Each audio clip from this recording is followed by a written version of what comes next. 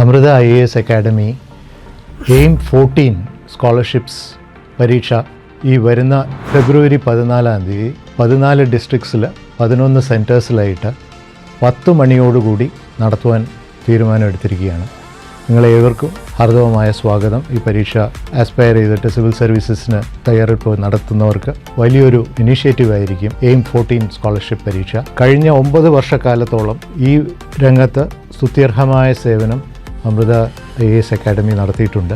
അതിൻ്റെ ഫലമായിട്ട് 322ഓളം ആസ്പിറൻസിന് IAS, IPS, IFS ഇതര സർവീസസ് വ്യത്യസ്ത മേഖലകൾ കരിയർ പ്രോഗ്രഷൻ ഉറപ്പുവരുത്തുന്ന രീതിയിൽ അമൃത സിവിൽ സർവീസസ് അക്കാഡമിക്ക് എല്ലാവിധ പ്രോത്സാഹനങ്ങളും കോച്ചിങ്ങും PCM മാതൃകയിൽ, അതായത് പ്രിലിംസ് കം മെയിൻസ് മാതൃകയിൽ ഇൻപുട്സ് നൽകാനായിട്ട് സാധിച്ചിട്ടുണ്ട്.